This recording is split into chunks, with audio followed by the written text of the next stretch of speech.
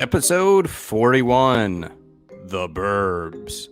Oh, hey, NightMericans. I'm your host, Aaron Sagers, journalist and paranormal pop culture expert, and basically researcher of all things weird, and currently appearing on Travel Channel's Paranormal Caught on Camera. Very excited for this episode because of the co-host that I'm bringing in today, a old friend of mine who has her own podcast, because apparently I am only friends with people who have podcasts. That's kind of the deal. That's kind of how I roll these days, I guess. But let me say that she is often described as creepy, but definitely cool, or a genetic experiment that spliced the DNA of Morticia Adams and Mrs. Roper. Nowal Z. Massari is a Portland-based writer, actress, comic, and co-host of the Ghost in Hose podcast. And I'm happy to have her here. Z, Nowal, thank you for being here. Thanks for having me. It's been a long time. It has been a long time. And did I overpronounce the hose and Ghost and Hose? No, that is exactly how you do it. Yeah, you go Ghost and Hose. Ghost and Hose. How long has this? Obviously, let me also give a shout out to your co-host, Danny, who I know. Yeah. How long have you guys? How long have you been doing this? The podcast. Yeah. It will be 2 years next month, actually. 2 years. And how would you describe the basic format of Ghost and Hose? You have to say it like you're singing it, kind of like Step Brothers. So you know the song "Boats and Hose" from Step Brothers. Yes. That's exactly where the name came from. Oh, why don't you do it for me? So you just have to say it like "Ghosts and Hose." Oh, okay. You don't have to, but it's really fun to do it that way. I'm going dramatically with the hose. Each time I say it, I like to spread it out even more. Mm-hmm. Yeah. Just entertain me, okay? Just, you know. It was just the way you said it, the phrasing, and it was great. No, so our show is a true crime paranormal comedy podcast. Each week we share 2 different stories, kind of similar to this. There's never a theme. We don't pick, like, this week it's going to be murders from this town. No, it's just we surprise each other with different stories. Sometimes they're really rough, and we have to, make jokes somehow about things that are uncomfortable, because that's just how I make myself feel better. Yeah. But yeah, and we've been doing it, like I said, 2 years. And people are like, well, there are already a million podcasts that are about true crime. I'm like, yeah, okay, but a lot of the true crime and paranormal podcasts aren't done by paranormal investigators. So. Right. Well, yes, so this is a paranormal and true crime podcast, and my co-founder, Britt, who has moved on to some other projects, but when we first started this, the idea was really to have a different kind of perspective on both topics, but she was more of the true crime aficionado. Even though I know a lot about true crime, I would definitely say that was more of her category. So now I'm picking it up a little bit, and even when Britt would tell the stories, I would find some of them were really dark, where I'm like, whoa, I'm gonna need a breather now. Can I just go back to ghosts and goblins and whatnot? Because sometimes the gore is a little intense. Yeah. We recorded this week's episode last night, and it was rough. Not my story, Danielle's story this week will be a little rough. She talked about Samuel Little, who is as of now, and hopefully forever, the most prolific serial killer in the United States. Right. So, yikes. Oh, there you go. Well, that's a teaser for the new episode. Yeah, tomorrow. And you guys lean on comedy as well. See, I'm not funny, so I can't lean on the comedy part. I'm just screwed. It's just like spooky stuff and terrible stuff. Yeah.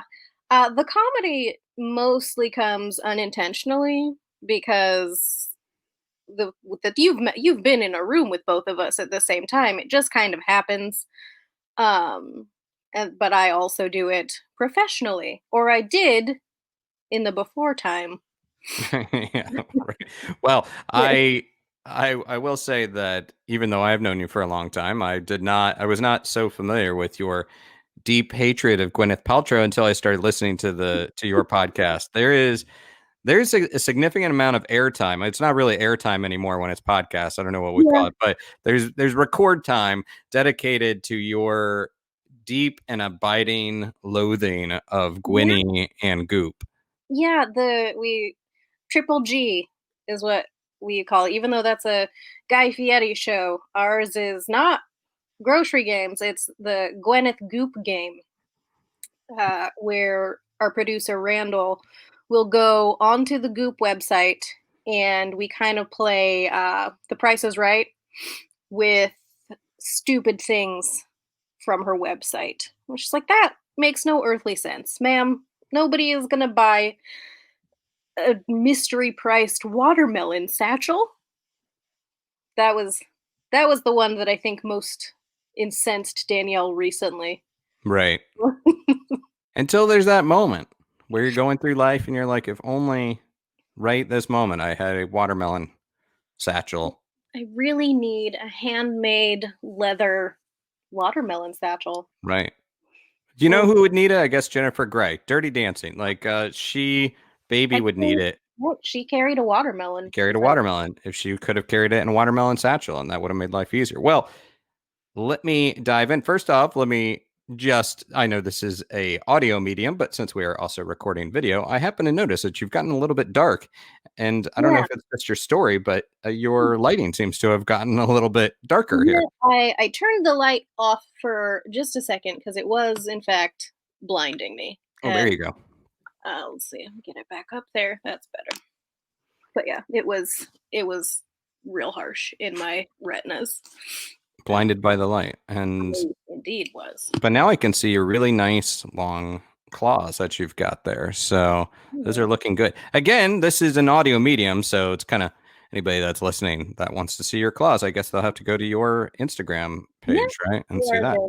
They are there. And also, I'm glad this is only audio because I look like a feral hobgoblin. Well, we are putting some video of this up on like a That's Patreon also page. fun.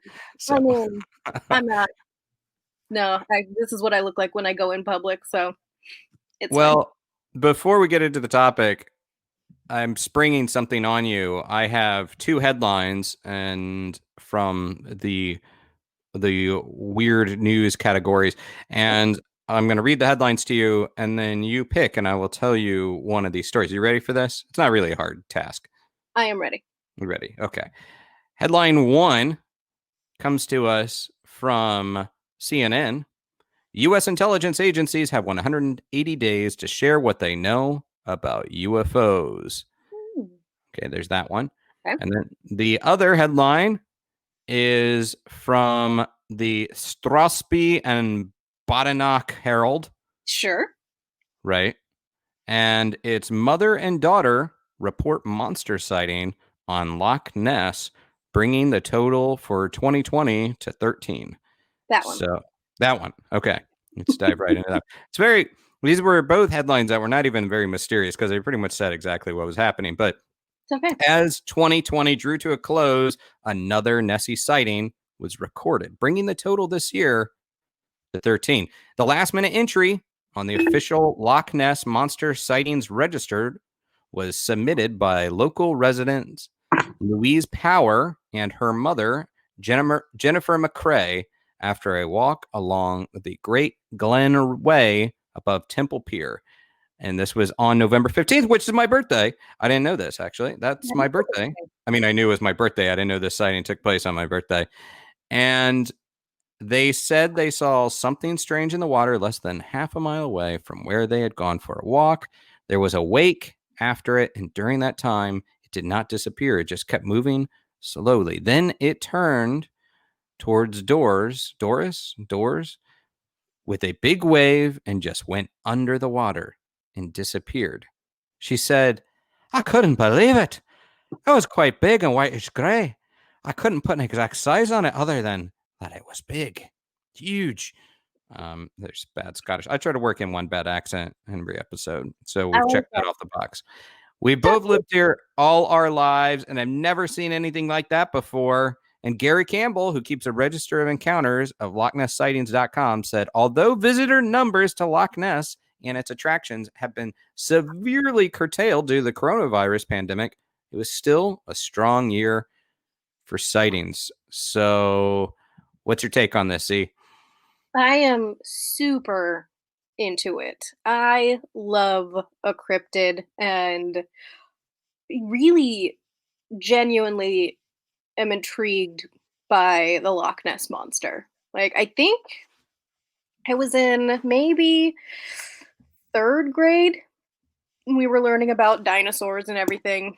Mm-hmm. And somehow, I don't know, because it was a long time ago, the Loch Ness monster got brought up. And so that was kind of like my first introduction to cryptids. Right. And so I've found it fascinating ever since. I'm a big Nessie fan. I've mentioned this on the show before that I did live briefly in Scotland and took a quick dip into the loch when I went up to visit because I just wanted to say, well, I've done a little bit of swim in the Mhm. loch, and it was very cold. I didn't see Nessie though, but the I love Nessie. I'm really rooting for Nessie to still exist because there's been a lot of talk in recent years that perhaps she has or she has died in the ensuing years or that global warming killed off Nessie. So I'm really pulling for Nessie to still be with it. Same, same. I took a random class in college that actually was like sort of about cryptids. It was by one of my science teachers. And so that was also interesting. And he was trying to debunk Nessie, and he was not able to do it. No, yeah, which is also just like not cool. Right? I mean, as a scientist, I kind of got the point of it, but he's like, there's, I can't prove that it doesn't exist, but Right. I can tell you that if it's a real thing, it is most likely not a plesiosaur, like most people believe, because I think his reasoning was that they lay eggs and they've never found. Like, I think they had to go on land to lay their eggs, Oh, okay. but like a turtle. Right. But they'd never found one. I don't know. Considering the prevalence of river serpent myths and folklore across Hmm. the globe Yeah. in every significant body of water, pretty much seems like, indigenous Americans tell a lot of tales of these. I think Nessie goes back to something like 1100. Hmm. There's certainly, I don't know. I'm pulling for Nessie or pulling for some sort of large aquatic Agreed. creature. I think it's actually pretty likely that there's something under there. Oh, for sure. And you can't rule it out completely because we don't, we've only been able to explore so much of the ocean and water in general. So you can't tell me that something like Nessie can't exist. You don't know that for sure. So we should use our combined powers of podcasts to create a letter writing campaign to this science teacher wherever he may be and tell him that he's stupid and wrong. Exactly. Patrick, I will find you. We're coming for you, Patrick. You're probably still there. You're And teaching poor children about the non-existence of Nessie. Well, let's move ahead to our topic. But before we get into the stories, what is it about the burbs? Like the burbs. I grew up in the burbs, yeah, but they're kind of weird places, right? they can be for sure. They're just so, unassuming. And I feel like they're actually a really good spot for weird shit to go down. Right. And you think about it, really, like the Halloween movies, the original Halloween is essentially about Michael Myers, this maniac stalking the burbs, or the Stepford Wives, these these automatons, these are living amongst us in the burb. This unassuming, they're just Mhm. fitting in. Or Pleasantville. Do you remember that movie, Oh, Pleasantville? God, that was a great movie. Yeah. Yeah. Or so I think maybe it's the conformity of the suburbs. Everybody's sort of supposed to fit in and live their perfect little lives. Edward Scissorhands, Edward Scissorhands, great example. bringing But in that disruption. yeah, meanwhile, so everybody's has to have that perfect lawn, that manicured lawn, the right coat of paint on their house or whatever. But Mhm. meanwhile, who knows what horrors are taking place behind those closed doors, right? Exactly. So the Burbs, and then of course the movie The Burbs. You Oh, can't talk about the Burbs without the Burbs. so good. Yeah, and not only does it's a great movie, Tom Hanks, but Carrie Fisher. Mm-hmm. Carrie Fisher, like, you know, definitely after Princess Leia, still acting powerhouse, still looking really good, and Oh, yeah. sharp comedic wit on Cabin. that movie. That is one of my biggest life's regrets. She was in Portland in 2015 at a con, and I had walked by her table so many times, and I was thinking about doing the photo op or whatever, and I was like, no, I'll just get her next time. Yeah. Well, so as you know, I in the before times, I would do a lot of Comic-Con hosting, and it was 2016. I was in Vancouver for I believe it was Fan Expo, and Mm, I was supposed to host for Carrie Fisher. Now, I had met her briefly years prior at I believe, a Star Wars day at Disney MGM Studios, Hollywood Studios is what it's called now. That was when I was much, much younger, before I was even had a career. I think I was in probably high school or something. But so meeting her, having the chance to host for her in 2016, this was going to be the moment, because that's really like, that's sort of what feeds me as a professional, like being on stage with someone, being able to ask those questions, hopefully getting someone this sharp wit like hers, hopefully getting a laugh, a smile out of her, is just so fulfilling. yeah. Sadly, she had to cancel that con, and she had a cold or something. And again, I thought, well, I'll get her next time. Well, that next time was supposed to be something like January 2nd, January 3rd, Hmm. only a couple months later, 2017. And then, of course, she, I believe, collapsed on the airplane or shortly after that, but that was around Christmas time. And then she passed away. And it's still, and I mean, obviously, her death is not about me, but it's one of those things where it's like you just miss that opportunity to have Mhm. had that encounter, you know? Yeah, exactly. And I was just like, I can remember being at like in the convention center because I think I was working that year. I was doing a few different panels, and so I like had passed her so many times just Yeah. sitting at her table, and I was like, eh, no, because and it was oh, The Force Awakens had just come out, Hmm. so and I they were filming the next one. I was like, oh yeah, yeah, yeah, I'll just when she comes next time. Yeah. No, I gotcha. Oh, So, well, yeah, 2016, man. Like, year started out with David Bowie dying, and yeah, then ended with Carrie Fisher dying, and it just was, hateful. It was hateful. yeah. And then 2020. Oh Then boy.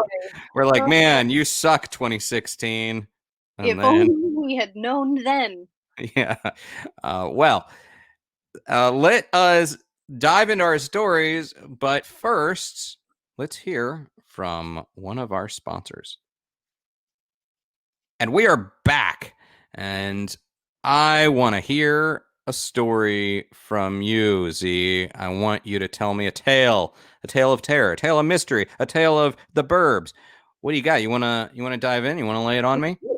I do. So I have told this story on Ghosts and Hoes, but I have not shared it with you and your listeners yet. And it, I can honestly say, is quite possibly my favorite story that I have told in almost 100 episodes of my own show. Well, I'm glad you're bringing the good stuff. It's Even if it's slightly used, I'm glad you're bringing me the good stuff. I I've done it, but I knew you would appreciate Yeah, it. And it's also it's I God, it just brings me such great joy, this story. So it's so good that you're like, it this holds up. mm, And mhm. also, Aaron is not paying me for this appearance, so I'm busting out one of the archives here. Also, no. It really is just that it's so good. Okay. So I had been watching a lot of Forensic Files at the time, because that's just what I do. And Hulu was like, "Hey, you've been watching a lot of Forensic Files. Maybe you should watch some Unsolved Mysteries." And number one, you know me so well, my TV. I appreciate you. And so I was like, "Yeah, I really do want to watch some Unsolved Mysteries classic because Robert Stack will haunt my dreams forever." Just his voice and the theme song, Trench coat. the whole situation. That's kind of why I'm not like super into the new iteration of Unsolved Mysteries. I've watched them and I appreciate the fact that they didn't go with the host at all because no one could replace him, but it just doesn't have the same joy, I guess. Um so I was watching a few episodes and getting ready to tell, or I had to find a story for that week. So I went onto the interweb and looked up um, like the best paranormal episodes of Unsolved Mysteries. It's like, okay, well, I absolutely have to do this story. So this, it was Ranker, an article from Ranker called "The Most Terrifying Paranormal Segments from Unsolved Mysteries." So this is the Tallman haunting. Okay. Here we go. So Debbie Tallman was the mother of 7-year-old Kenny, 2-year-old Marianne, and she was pregnant with another daughter they would call Sarah. Uh, Things were getting a little cramped, so in the spring of 1986, Debbie and her husband Alan moved their growing family to the tiny farming town of Horicon, Wisconsin. Um, so the house that they purchased was on Larrabee Street. It seemed perfect and life was great until her normally very healthy kids started getting sick on a semi regular basis.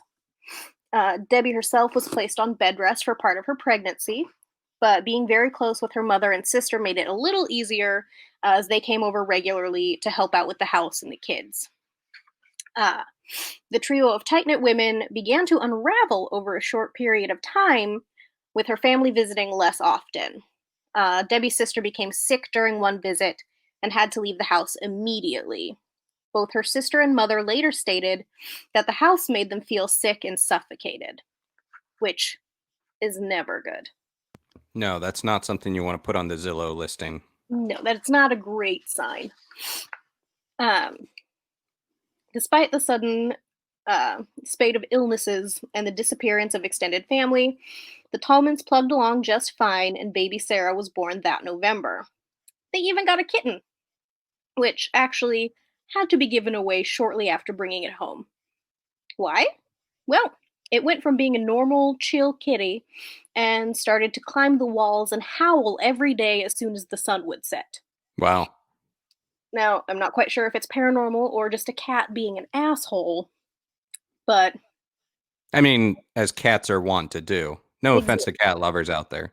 none at all. But you know what you're getting yourself into when you get a cat. But apparently, it was a very sudden and weird nightly change. Right. So, aside from those instances, everything was relatively normal until May of 1987, which was when shit started to get weird. The feces hit the air conditioner. It really did. So, just like any good haunted house story, this one began with fairly benign paranormal occurrences. Hearing footsteps, doors opening and closing on their own, as you do, Standard stuff. pretty much. One night, Alan and Debbie scored a babysitter for their brood and went out on a much needed date. When they got home, the sitter informed them that Kenny, who later confirmed the story, had seen a rocking chair move on its own. When baby Sarah was around 7 months old, the Tallmans decided to move Kenny into the smaller bedroom so the girls could share a room. And as sort of an incentive consolation prize, his parents gave him a radio. A radio that would change stations all by itself. When he told his parents about it, they didn't believe him, and he decided to start sleeping in the living room for a little while. Marianne, however, was loving the new room because it came with a brand new friend. And that is until the nightmares started. So both Kenny and Marianne had terrible nightmares, with Marianne often saying that she dreamt of monsters. Debbie seemed to bear the brunt of the nightmares and said in a rare interview, "I'd wake up in the night crying and I'd ask Alan if I was going to have nightmares like this all my life. I would dream that my kids were dying, that Alan was dying, that my father was dying." No, thank you. That Yeah. doesn't, I don't like that. It sounds heinous. It's a little bleak. Yeah. How old is this kid again? Well, Debbie is the mom. Okay. Gotcha. Kenny was 7 and Marianne was a toddler. So soon after she began experiencing these nightmares, both of the older kids started to report seeing the apparition of an old woman who they described as a witch with red eyes. Marianne told her mother that the witch was like fire, hid behind her door, and also said that she had seen a fire in her room, which clearly there was not. Kenny's description of the figure was later quoted in a local paper, and I hate it. He said, "I saw an old lady standing by the door in my room. A little old lady, really ugly, with long black hair and a glow about her like fire." Yeah. That's not pleasant. No, like if I'm having nightmares already and my 7-year-old comes to me and is like, "Mom, I saw this old hag in my room and she looked like fire."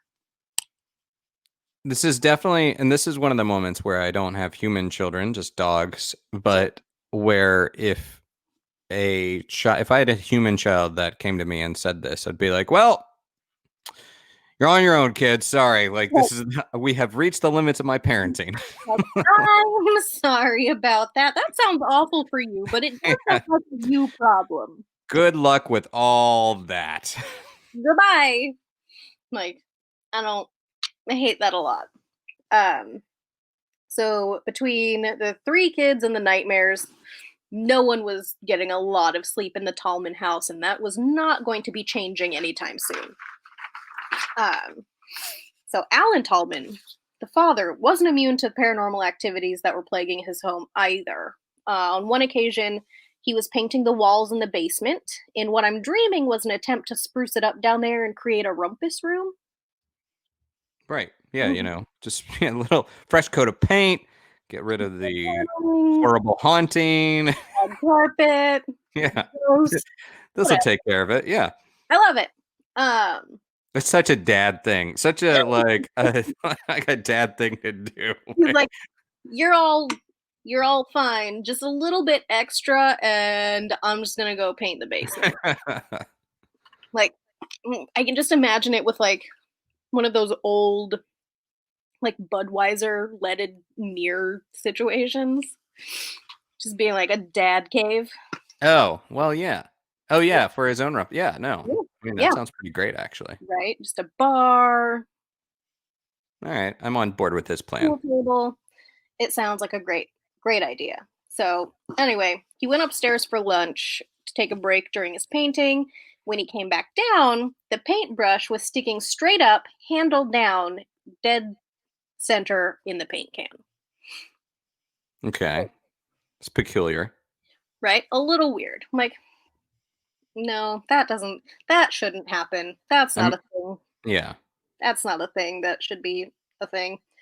So, not long after that incident, Alan discovered that one of the basement windows had been removed and laid on the floor. So, immediately suspecting a burglar, he checked the rest of the house to find nothing had been taken, nor was there any other sign of someone entering the home. One night, Alan was suffering from a pretty severe sinus infection and had to be taken to the hospital. His mother came over to watch the kids and later told her son and daughter in law that she had seen two glowing red eyes looking at her through the living room window. Yeah, it's like glowing red eyes. That's never. It's I mean, I think that's intentional too. It's meant to stoke fear. It's not. amazing. Yeah. I don't particularly care for that. Whether it's an animal or something else, I don't like it. Um, so before Christmas of 1987, with nowhere in their house feeling safe, Debbie and Alan decided to call on their pastor. Pastor Wayne Dobratz came to the house and said that he could immediately sense the evil that had been tormenting the family and that they may have been cursed. His solution? Yeah, he's like, I feel like there's something pretty shitty happening here. It's definitely. I like the just total lack of like. I'm not gonna couch this for you. I'm not gonna soften this up. So you gotta got some evil going on here, and yeah, you guys are cursed. You got a real curse problem here. I mean, it was 1987 in Wisconsin, so I'm assuming priests back then were just like, I don't have time. I'm, I'm busy. We're just gonna cut the shit and get right to it. So he told the family that they just needed to pray, sing hymns, and go to church more. And that would get rid of whatever demons the devil had sent to their house. They tried it out, despite not being fully on board with the advice. And guess what? It didn't work. That was what I was gonna guess, actually. Yeah, it would be a good guess. Yeah. A good guess. So following Pastor Dobritz's visit, the activity shockingly increased. The refrigerator door would open and stay that way on its own. Footsteps, doors slamming open and shut, mysterious voices calling out from nowhere, more nightmares, and of course, visions of the witch. The week before Christmas, Kenny had woken up terrified on the couch to the witch standing over him. Alan, at this point, had enough. He challenged the entities, and this is a quote from him. I was like a wild man. I was shouting at the top of my voice. I said, whatever is in our house, would you please leave my children alone? If you want to fight me, fight me. I mean, you got to appreciate the throwdown. I mean, I don't think it's going to lead to anything good, but I appreciate the sentiment. Yeah, like, okay, good job, Dad. But now your soul's going to get eaten. It's a really terrible idea to basically go, come at me, bro, to an entity that's already active. Right. I mean, yes, but again, I understand the sentiment because Sure. your flip side is to stand your ground and not show your fear because these things feed off of fear in theory. So you're just kind of screwed. You're boned either way. Exactly. It's just a big giant yikes. So one morning in January of 1988, around 2 a.m., Alan came home from work. Gonna go on record and say that those shifts are awful. I have worked them. He went inside, but didn't make it beyond the entryway before he started hearing a strange howling wind-like sound coming from outside. He set his lunch pail down inside the doorway and went to investigate. And while walking around the property, a voice began to call from him from inside of the howling sound, saying, "Come here." He couldn't see any reason for either sound, but neither one was stopping. He finally made his way back to the front of the house, and when he walked past the garage, it was engulfed in flames. He ran inside to grab the fire extinguisher, but when he returned to the scene, everything was completely still and silent, with no evidence ever showing that the garage had been on fire. So more flames. Yep. More fire. Ghost fire. Ghost fire. In an interview, he said of that night, then it was glowing inside the garage in orange red. There were flames coming out of the overhead door, there were two eyes in the windows. As if seeing some kind of spooky-eyed demon in the middle of a fake fire wasn't horrible enough, when Alan went to grab his lunch pail and put it in the kitchen, an unseen force ripped it out of his hands and threw it across the room. It's just not nice. I'm very curious about if he had a cool lunch pail. Mm. It was 87, right? So I'm Yeah. thinking he may have had like a cool Knight Rider or A-Team lunch pail. I'm just thinking about my own lunch pails. Right, like if I were like, I've got a couple old lunch boxes back there, but no Knight Rider ones. Well, you were missing out. But then again, I'm glad that mine weren't tossed against the wall by some entity. Yeah, it's rude. The real downer. So considering Marianne and Sarah were sweet little beebs that hadn't been sleeping well with all of the fuckery going on inside the house, Alan began to occasionally sleep in the girls' room. On one of the nights where he was pulling super dad duties, he was confronted by the sudden appearance of a strange mist forming on the floor, with two green eyes in the center. Oh, good. Switching it up. Right? I'm like, okay, red to green. I still don't like it, but for some reason it makes me feel less terrified. He said, I started to see this fog on the floor. A voice came out of it and says, "You're dead." Then these green eyes appeared right out of this thing, and then I saw flames, and then it was gone. So, with no other ideas, Debbie called Pastor Dobratz again and had him come back to the house. When he arrived, he convinced them to spend the rest of the night elsewhere, which, to be honest, was probably less of a thing they needed to be convinced to do and more of a suggestion. She'd be like, yeah, you should just take it. You just go to a hotel for the night, and then you just see a cloud of smoke shaped like the entire family. Yeah. Go to the driveway. I just like that call. Like, hey, Padre, so all the extra praying and going to church and everything that you recommend, and not quite working. So, any other ideas? Yeah. So they left, spent the night elsewhere, and returned the next day, and the pastor blessed the house. When asked about it later, Pastor Dobratz said that, I believe that my initial analysis of the entity being in the spiritual realm, the occult realm, the demonic, if you will, was accurate, and I still believe it's accurate. Okay. Like, all right, bro, that's a lot of words to just say.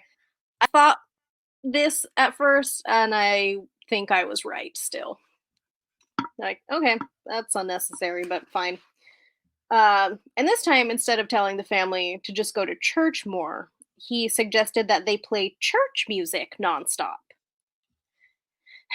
This is definitely, maybe he's a very nice priest. I'm sure he was, but this is definitely the moment where you're like, this is above your pay grade. You do not know, you don't know what you're doing in this case. It's like, if you don't know what you're doing, just say that.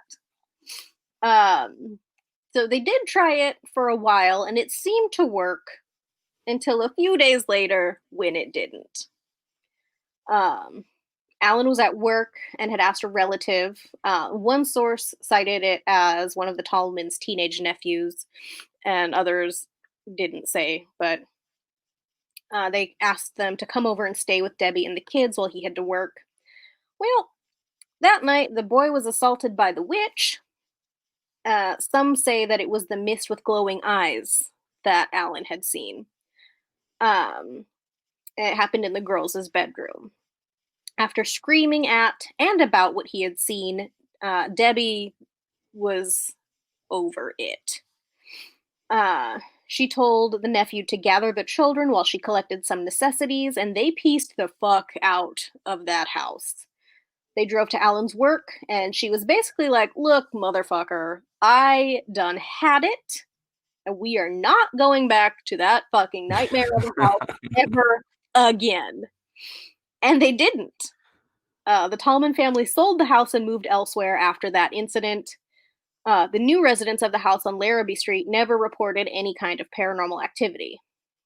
Now, it should come as no surprise that Word of the haunting soon spread through the small town of Horicon. Right. The locals started dropping by to get a good look at the house, hoping to catch a glimpse of something scary. Some people claimed to have seen things, and then, of course, the rumors started. There were tales of blood dripping from the ceiling, furniture being flung across the room, coffee mugs floating in the air, and a snowblower that would turn itself on and go up and down the driveway of the house by itself, which I would be super okay with. Yeah, I Like, mean, well, if it's in winter, I guess, and it's taking care of your snow, but I mean, other times that would be too much. But if a ghost wanted to help me snow blow my driveway, help with some just chores around the house. I would be okay with that. I'd be like, yeah, close the fridge though. You don't technically live here and you don't pay bills. So that one we'll have a problem with. That's such a mom response to, will you, will It's you, true.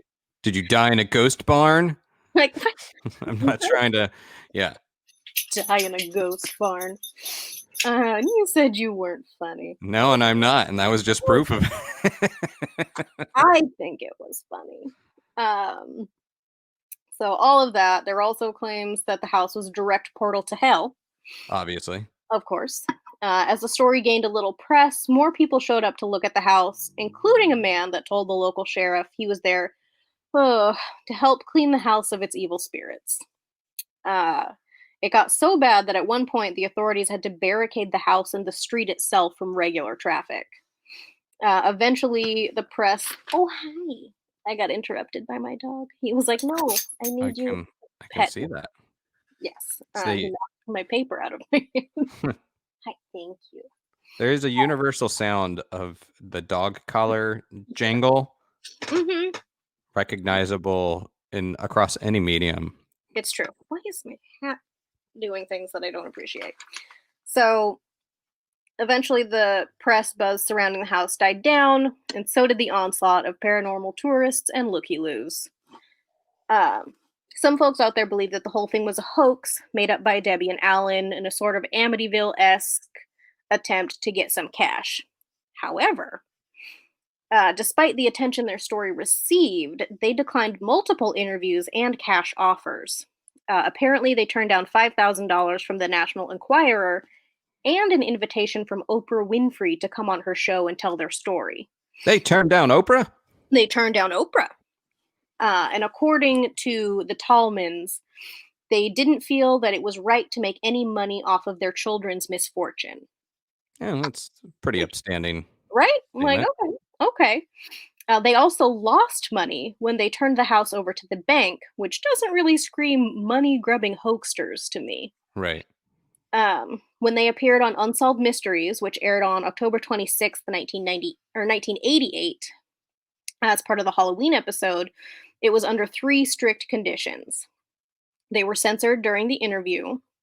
Their children's names were to be protected by aliases, and that all reenactments of their experiences be done by actors. So when you say censored, like their faces were obscured? Yeah. Gotcha. And up until that episode, I believe all of the reenactments were done by the people that the stories happened to. Okay. So they made a little Unsolved Mysteries history. Yes, they did. And also, this segment is not on streaming devices. The episode it was in is on, I believe, Netflix or Hulu, but that segment's not in it. Wow. I had to dig deep on the internet to find a link to watch that segment. Did you go into the dark web for it? No, thankfully. Didn't have to go that far. That's good. There's no returning from the dark web. Just like the gray web. It just took a couple extra minutes to find, I think. Right. You're like, it took me a long I had to click 5 times. It wasn't on the front page of Google. No, and I actually think I found it on accident when I was looking for pictures. And it's like, hey, here's a link to this episode. I'm like, oh boy. Funny how that works. So you'll have to send me that link. I will have to find it again, but yes. Oh, you didn't bookmark it? This is your favorite story ever, and you did not bookmark the video footage of this. I know, but I mean, it lives in my head and my heart rent free. So, And now with all of our listeners. Sorry, but go continue. yeah. So, what caused the haunting? And this is where it comes to be my favorite story.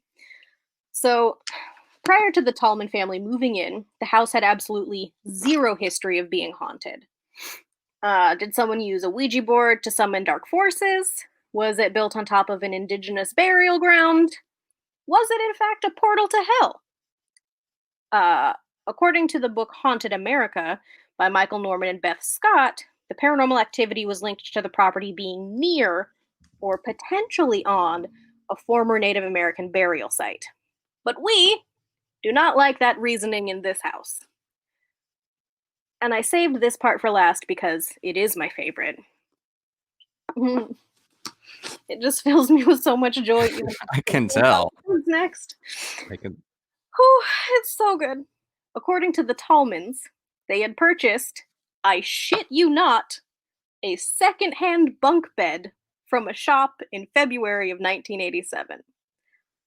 They stored it in the basement until 3 months later, which was when they brought it upstairs and used it in the room where Alan would eventually see the mysterious fog and where the kids see the witch hiding behind the door. Right. Now, if you remember at the top of the story, I said that shit started to get weird in May of 87, which was 3 months after the bed had been purchased and brought upstairs. Extremely odd coincidence or cause of the activity. About 2 weeks after the final incident, Debbie and Alan had the bunk beds destroyed. Some say they burned them, and some say they just left them at the dump. And they never had any further paranormal experiences after that. Meanwhile, there's like a really freaking haunted dump out there somewhere, some landfill that just has glowing eyes in Yeah, the trash heap. just haunted bunk beds. It's I, just so good. I want to know what happened on those bunk beds. I mean, Right? I mean, they either burned them or paid someone to haul them to a dump and just leave them there. well, I want to know what happened. What would lead to a such a And powerful being haunted. haunt connected to a bunk bed? I mean, I don't know if I spent a good portion of my childhood sleeping in a bunk bed. Mm-hmm. I mean, at best, I think the most exciting thing that happened is like jumping up. I was in the bottom bunk, jumping up too quickly and smacking my head against it Done at it. the top. But Yeah, and the best part, there were, I believe, 2 photos of the actual bunk bed itself. And I got way too excited about it when I found, I'm like, oh, this is the best day of my life, which is honestly sad, but here we are. well, Uh, you know, exactly. But yeah, haunted bunk beds. the devil's bunk bed, The bunking with devil Satan. bunking with Satan. The I believe the episode I first told that story in was called "Demons." We got them. I no, it's. I mean, I do like that better than the indigenous people's burial Right. ground, which just is because the blame we pin so much blame on poor indigenous people Yeah. that were buried and just wanted to be left alone until the white man came along and Right. It's a tired trope that yeah, usually ends up not being true yeah, in the end. So I'm like, no, that can't be right. Haunted bunk interesting. beds, however, So I am totally on board with. just to the activity ended in what was it in 1987 May, did you say? The activity started in May in 87. 87 and ended in, I believe it was January 88. And Or they were already on an something. Unsolved Mysteries episode in 88. They worked quickly. Yeah, back in man, the day, I guess. But yeah, got to give credit to Robert Stack's producers on that. right? Yeah, because it was probably because that aired in October, so yeah, like 6 Yeah, months. you But could do all it. yeah, and then being such a tiny town and hearing the buzz, they're probably like, "Get me to Horicon, Wisconsin, to talk to these people today." Well, and that's the other thing is the name of the town is Horicon, right? Horicon, Yeah, Horicon. exactly. It sounds like a name of a town that would be in a horror movie. So And the best part is when you type Horicon, Wisconsin into Google, usually the Tallman family haunting is one of the first thing that comes up because I'm assuming not much else happens or has happened there. no. But Well, that the inclusion of bunk beds is such a good burbs kind of connection. right? Burbs and bunk Burns beds and and bunk beds. burbs. Exactly. I mean, who if you haven't owned bunk beds, you've probably slept on them at some point. Yeah. Well, I like that story. I like it a lot. I'm gonna tell you one next. Yay! Yay, indeed. And before we do, let's hear from another sponsor. And we are back.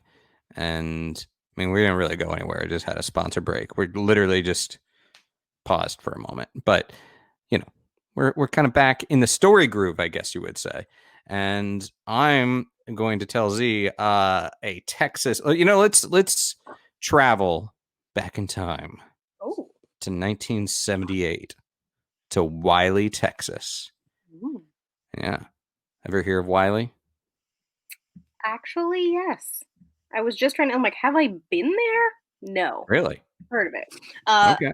the small Texas town that I've been to was Tyler, Texas. Tyler, Texas. Well, let me tell you about Wylie. I'm ready. Wylie in 1978 was a relatively small town, suburb of Dallas, around 4,000 people living there. It has since grown significantly, in fact, but back then it was a pretty tight community, populated with families. And speaking of families, let me tell you about a couple of them because it's probably no surprise that the Montgomery family and the Gore family became friends. After all, they went to church together. They attended the Methodist Church of Lucas, as opposed to the Church of George Lucas, which I guess I have been a longtime member of. But Yeah. so they would even babysit each other's kids. Jenny Montgomery was friends with Alyssa Gore.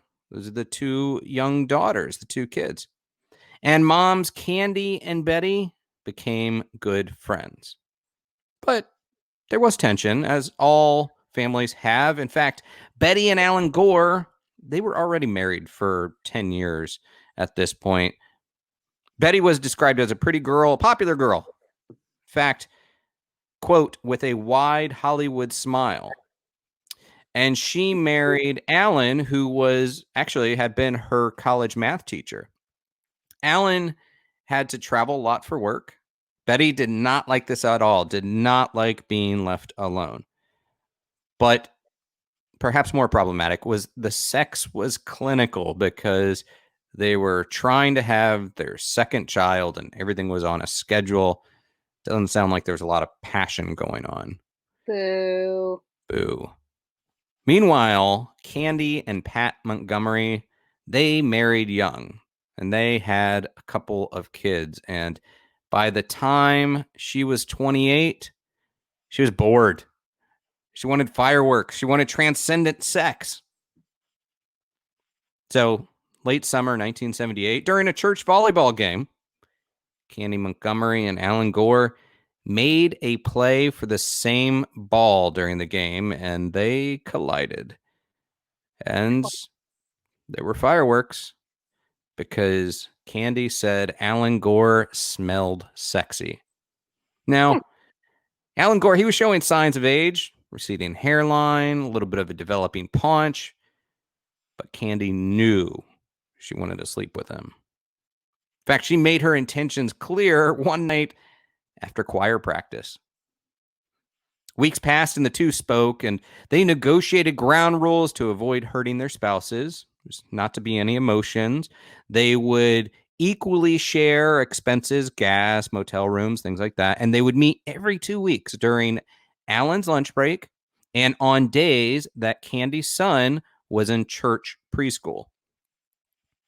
The affair officially began on December 12th, 1978. So they became best friends, Alan and Candy, but the sex itself, not that great. No.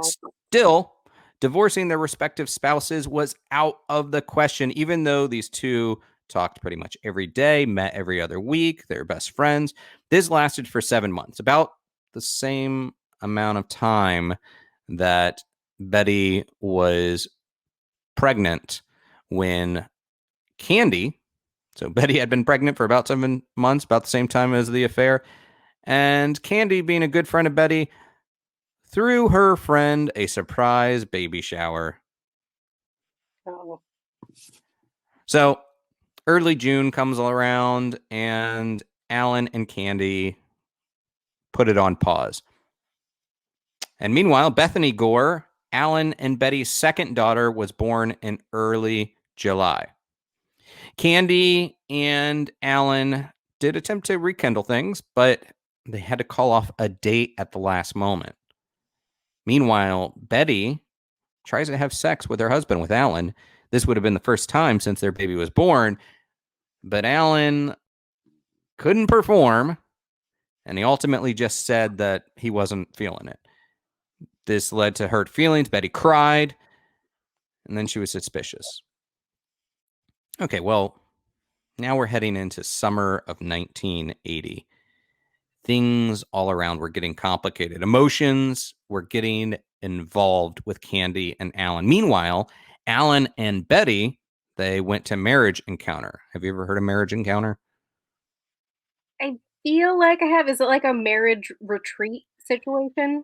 It is. But it's run by the church. It's a Yeah. church retreat for married couples to allow them to rekindle their commitment and kind of patch things up. Okay. Well, Yeah. kind of worked because it was a success for Alan and Betty. It was life-changing for their relationship. They left Marriage Encounter newly devoted to one another, and the Gores head home. They made one stop on the way home, which was to pick up little baby Bethany Gore, who was being babysat by Candy. Obviously, these families are close and continue to be involved in one another's lives. Very close. Candy and Alan met one more time, and this was the end. This was it. They would still have to be involved in one another's lives, but this was the end of their affair, the end of the relationship. And Candy was okay with it. Sex wasn't great. She was kind of sick of making sandwiches and picnics every time she was to meet up with Alan. And look, it was okay. It sounds exhausting for something that's just fine. Yeah. So June 13th, 1980. Friday the 13th, in fact. Oh. Alan was on a new job. So he had taken a break from travel, but the new gig required it heavily. And he actually enjoyed it. He liked being on the road. Betty hated it. Betty hated being alone.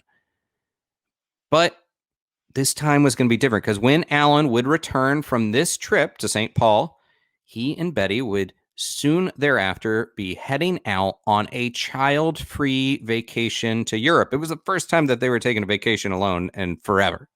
At the airport, it's the afternoon of Friday the 13th, June 13th. At the airport, he calls home to Betty. No response. Sometime after 8 p.m., he checks into his hotel in St. Paul. Before he meets up with his colleagues for dinner, he phones home again. No response. Lets it ring 15 times. Nothing. Now, Betty wouldn't leave home at night without telling him, would she? Without telling someone. Seems very odd for someone, especially someone that hated being left alone. He calls his neighbor, to knock on the door. Begrudgingly, this neighbor does, no answer. Worried, who does he call? Candy. Have you seen Betty? He asks. Well, she says she did see her that morning when she went over to get the daughter Alyssa's bathing suit for swimming lesson. And Betty and Alyssa's daughter were going to stay the night with Candy's family. Wait, sorry, let me rephrase. Alyssa, who was Candy, there's so many names. Alyssa, who is Betty and Alan's daughter, was going to stay the night with Candy's family because Alyssa and Candy's daughter were friends. Got it. Got it. So Alan calls the house again after 10. No answer. Then he asks his neighbor again to take a closer look. Who does? And he sees there are 2 cars in the garage and the lights on in the house, meaning Betty's car is in the garage. Mm-hmm. The neighbor and the neighbor is joined by 2 other men, and they go to inspect the house closer, and they discover the front door unlocked. They walk down the hallway. The bedroom doors were closed, and they start to open them. And in one, they find a baby, which is baby Bethany, dirty in the crib, covered in her own excrement, clearly having been there a long time, hoarse from crying. Oh. In the bathroom, they peek their head in and they see a dark substance on the tile floor. That's never good. Walk through the kitchen, they go into the utility room, and they discover a body and a lot of blood. When Alan finds this out, he's still in St. Paul. I lost you for a second. Yes. I'll pick it back up. What was the last thing you heard? Betty was dead? Yeah. Okay. By the next day, the small community and church are trading information, and word's getting around. Betty was murdered with an axe, a heavy wooden-handled 3-foot-long axe. And the account that I'm going to read, this is a quote of what the body looked like. Her left arm was the first thing they noticed after opening the door. It lay in a pool of blood and fluid so thick that the arm appeared to be floating above the linoleum. To get a look at her face, the men had to walk around the ocean of red and black to get closer, and what they saw was even more unsettling. Her lips were parted, showing her front teeth, the mouth fashioned into a half grin. Her hair radiated in all directions, a tangled, soaked mass of glistening black, and Betty's left eye was wide open, staring down at the gaping black craters in her arm. As to her right eye, she appeared to not have one. The entire right half of her face seemed to be gone. Now, in this community, small community of Texas, a killer was on the loose. Now, Candy, being the churchgoer, the member of the community that she was talking to a lot of people. They were exchanging information, rumors, and she's on the phone with some churchgoers. She had just been outside cutting some shrubs. This was a Saturday now. She comes in, she sits down, she's on the phone, still has the cutters in her hand, when she learns that the police found a bloody footprint.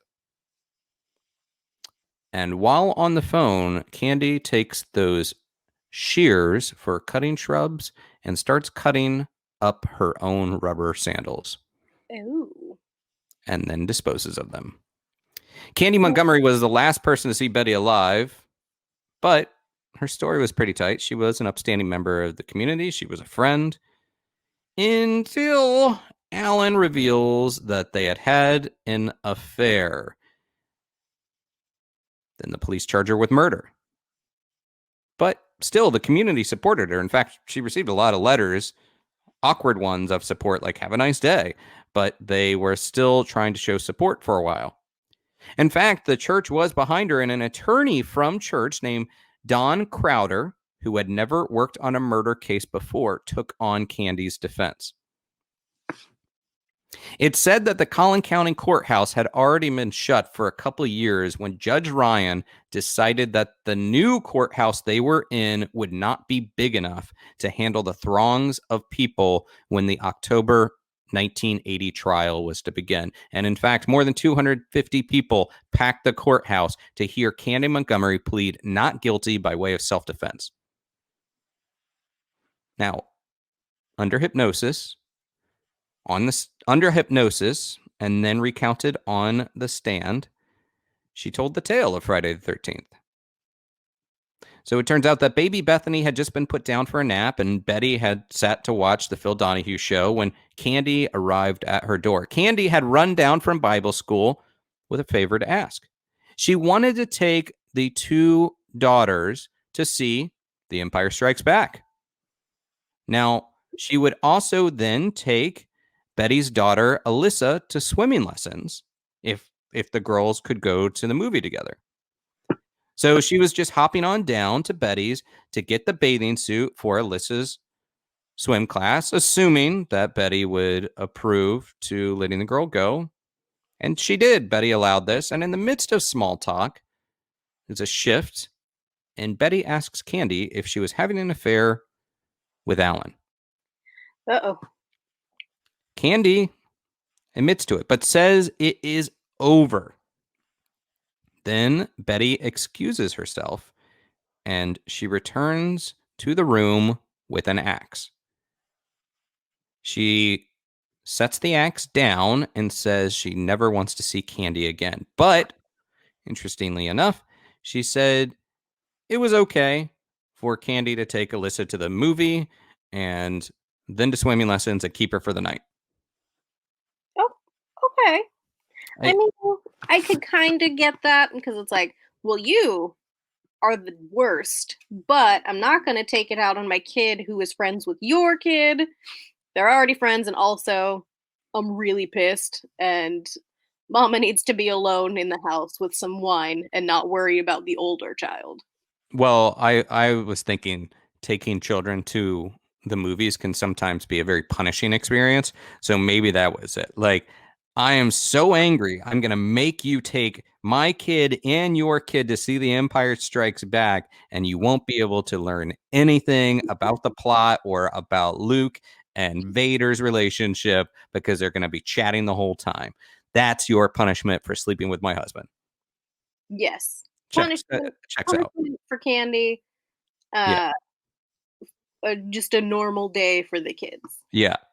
So this is another little quirky detail of a lot of quirky details. So, okay. So you're taking the kid, going to see the movies, taking her to swim class, keeping her for the night. Betty, Candy's walking out the door. Betty then pushes a bunch of peppermints in Candy's hands for Alyssa. These peppermints are a treat for the little girl because at swim lessons she didn't like dunking her head under the water, and these would be given to her every time she would dunk her head under the water. Gotcha. I'm like, And peppermint. That seems like a weird treat for a movie, but no, this wasn't for the movie. Yeah. No, I get it now. And apparently this was like a point of conversation. It came up a lot. She multiple times brought this up. So, okay, she takes the peppermints. Candy does. Candy takes the candy. And on her way out the door, Candy turns and she apologizes.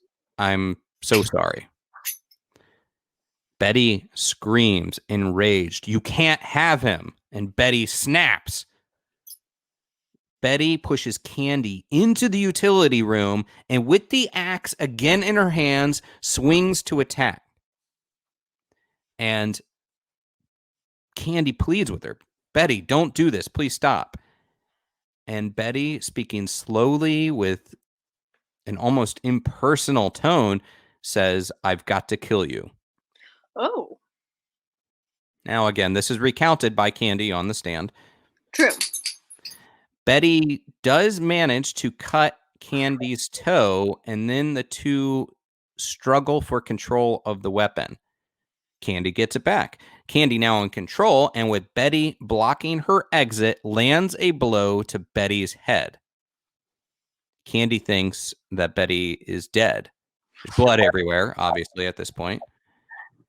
Candy goes to exit, but when her hand grasps the door handle, Betty crashes into her from behind with her whole body, and the fight is on again. And Candy is struggling with Betty. Candy said she only wanted to escape, and Betty only wanted to kill her. Again, she says, Betty, don't, please let me go. I don't want him. I don't want him.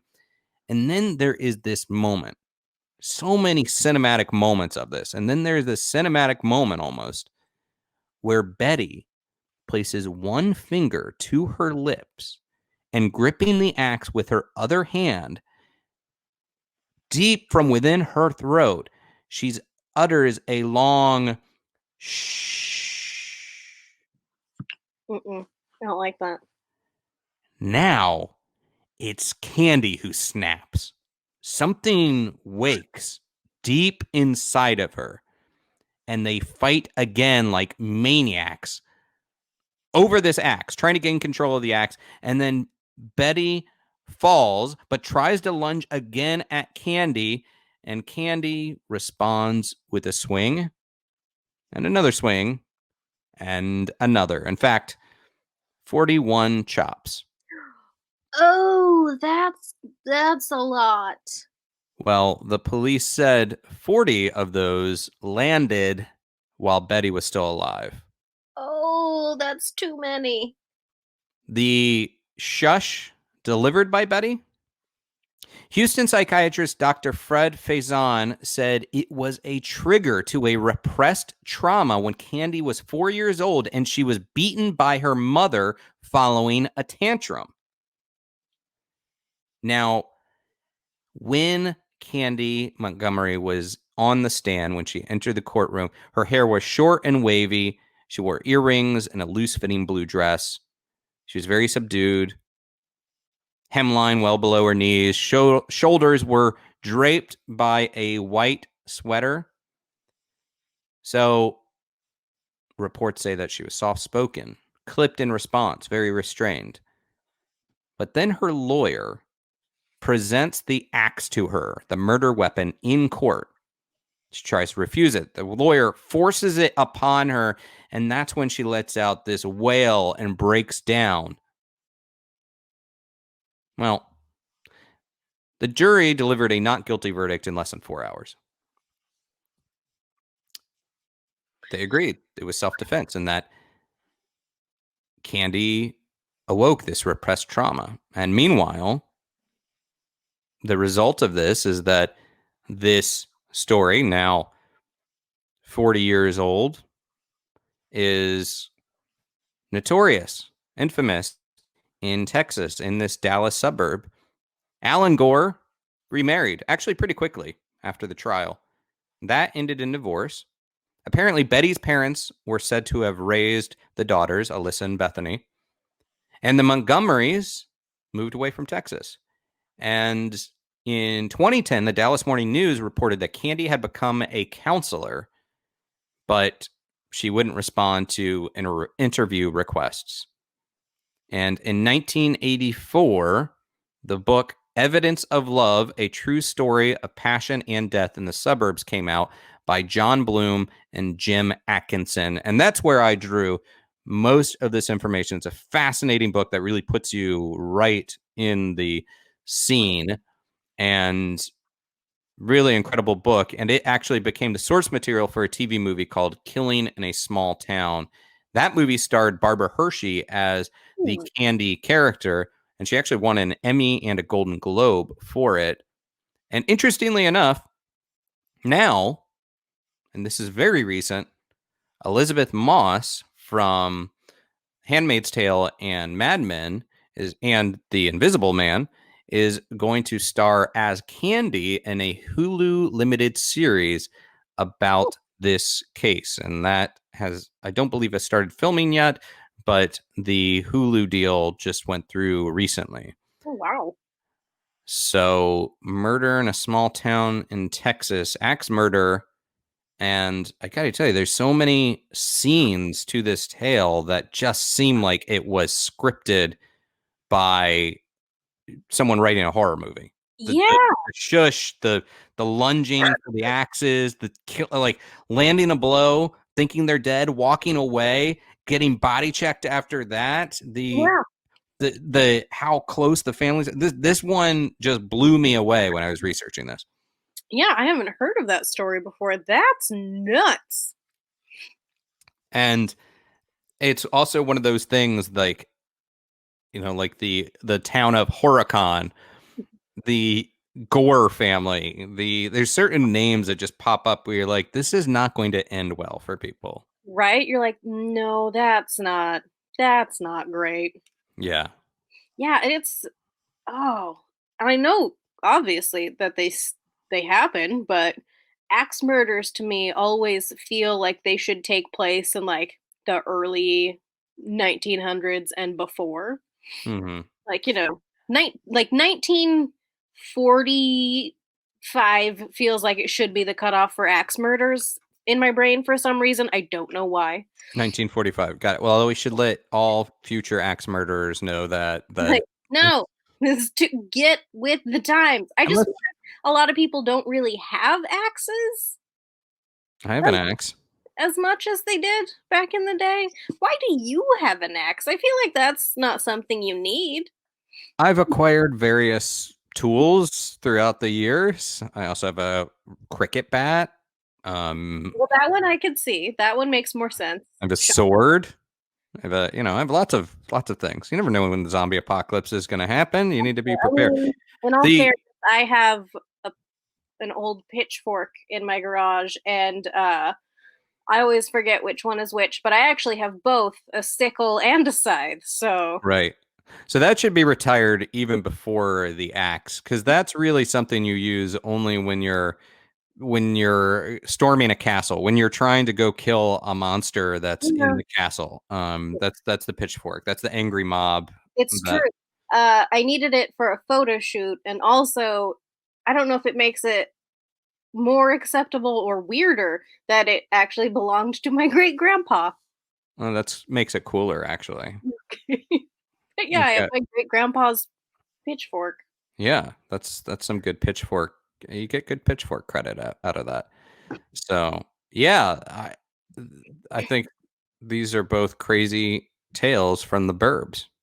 Definitely. The Burbs, they're not as calm as you would expect them to be. There's always something under there. Yeah.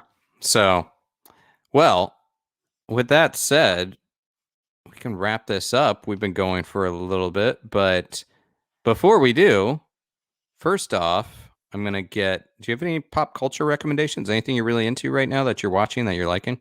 Um, it all kind of just blurs together. I've just, I feel like I've watched everything on streaming right now. Yeah, you've reached the end of the streaming universe. Yeah, so I've just gone back and started watching Cougar Town with Okay. Courtney Cox. I haven't watched it yet, but I've been meaning to because I have to download Sundance, their app. But Des, starring David Tennant, which is it's a mini series from ITV about Dennis Nilsson, who I covered. And wow, Yeah. if you are into true crime and or Doctor Who, uh, I've heard nothing but amazing things about it. So I haven't watched it yet, but I've also heard really great things. I mean, I don't there's no debate that David Tennant is just an incredible oh, actor. absolutely, exactly. Staged actually, I'd watched that show that Tennant and Michael Sheen uh, did during quarantine. So the first season is on Netflix or Hulu, I forget which one. And the second season just came out, but it's not in the States yet. All right. So Well, that I'm digging into the uh, I've always enjoyed Ripley's Believe It or Not, but I was fortunate to go into their archives recently in Florida. And yeah, and I've got a lot of crazy photos that I'm posting about it on my personal Instagram page at Aaron Sagers, like Shrunken Heads, and there's a lot more to come. But as a result, I've just been going back and rereading a lot of Ripley's history, and I picked up the Ripley's at 100 book and their centennial book, and it's a gorgeous presentation with just so many amazing photos, a nice big book that is going to be great to leave on a coffee table, and unsuspecting people will be able to go and look and find, shrunken head and lizard people photos and whatnot. But I'm looking forward to that part of the experience as well. But the book itself is amazing. So that's something I'm just, for such a showman and someone that was ahead of his time and an adventurer and a guy that liked a good cocktail. I'm like, maybe Robert Ripley is my spirit animal. Ooh. Maybe. I always hoped it would be Jeff. I always thought Jeff Goldblum, but maybe it's actually Robert Ripley. It could be both. It could be both. You have a spirit zoo. Yeah. Well, before we get out of here, how can people find you? Oh, you can find me all over the interwebs. My personal Instagram and Twitter are both at Goodnight Goldie. And then you can find the podcast, Facebook, Instagram, Twitter. It's all Ghosts, the letter N, and then HEAUXS. Pronounced Who's. Who's. And well, I'm glad I found you for this podcast that you could dedicate some time to that. I hope you had fun doing it. I did. I always do. This is the first time you've done it, so now you're just lying. Well, I mean in general, but yes. Semantics. Don't turn this podcast into a house of lies, a podcast of lies. No. But it's okay. You can actually lie to me and say you had a good time. Well, and meanwhile, again, this is an audio medium, but it looks like your dog is definitely demanding attention right now in the background. Both of them are, but it's also because we have a little bit of a windstorm happening outside, and they are not excited about it. Right. No, that's no fun. Well, you go take care of your pups. Tell your pups I love them.